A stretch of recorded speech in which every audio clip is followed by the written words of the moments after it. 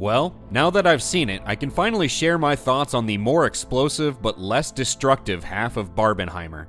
And I figured since I managed to sit through 3 hours of it, I can at least spend 3 minutes talking about it.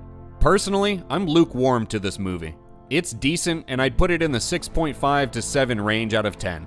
I don't think this is a bad film by any metric, but at the same time, I don't think it was worthy of the summer blockbuster status people wanted to attribute to it. I can see some people rating it lower, and I can see some people rating it higher, and if you really liked it, then I'm glad you enjoyed it. Let's start off on the positive side of things. Oppenheimer has a star-studded cast, and pretty much every single character is well acted. Over the 3-hour runtime, things pick up several times and crescendo into dramatic moments. Christopher Nolan did pull off a pretty tall task in getting this tough storytelling structure to work on screen. The movie jumps forward or backward 10 years pretty much every 20 to 30 seconds, and it would have been a death sentence for most other creators, but Nolan found a way to make it work. Oppenheimer also had a very high production value all the way around, and lastly, there were some good visuals. I didn't think the visuals were earth-shattering, and they didn't blow me away in the manner that you would think a summer blockbuster build as a visual spectacle would, but they were still good. Now, on the other side of the coin, there's 3 main problems that prevent me from seeing this as the masterpiece people think they saw. First off, and most simply, Oppenheimer takes a full 45 minutes to get interesting. Secondly, while the subject matter for the film is fairly expansive, encompassing several of the conversations around this historical figure and his contribution to society, leaning most prominently into Oppenheimer's communist ties and how those precipitated a temporary fall from grace was a swing and miss for me.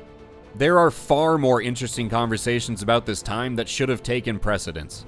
The movie briefly dips its toes into the more interesting waters on topics like the morality of using the A-bomb, especially at this point in the war, but it dove headfirst into the deep end on the commie stuff, and that was a mistake. Lastly, Oppenheimer had a little too much hero worship in it for me, especially with the character of Oppenheimer as he was portrayed here, because he's really not that likable. He's kind of a serious asshole, and a womanizer, and a philanderer, and quite a few other things. His intelligence was pretty much his only good quality as portrayed here, and that's not enough to ignore all the faults that we were shown. Which would be fine. Main characters don't have to be likable, but you can't run this sort of hero worship alongside an unlikable character. Now, in terms of the hero worship, or at least the intended hero worship, all the telltale signs are there. Oppenheimer gets to say all these cool one-liners, he always gets the last word before the scene cuts away, everyone but him is wrong, immoral, and short-sighted, while he's confident, more intelligent, and virtuous. And the film has people who are historically known to be smart, accomplished, and capable, making insanely dumb statements just so they can get dunked on. So while these problems don't sink the film, they do, in my opinion, keep it from being great.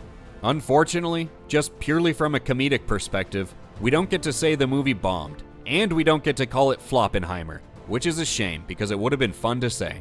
Reality is quite the contrary, and even if it's not a 9 out of 10 movie, I'm still happy for the box office success because honestly, movie theaters need the help, and I'd hate to see the experience of the summer blockbuster go the way of, well, Blockbuster. But what about you? Did you sit through all 3 hours of Oppenheimer? What was your opinion of the movie? Do you think Oppenheimer rode Barbie's coattails a bit at the box office? Let us know in the comments. If you haven't already, remember to like the video, and think about subscribing to HateWatchers for more reviews of other current shows and movies. Thanks for splitting this atom with us today, and we'll catch you on the next one.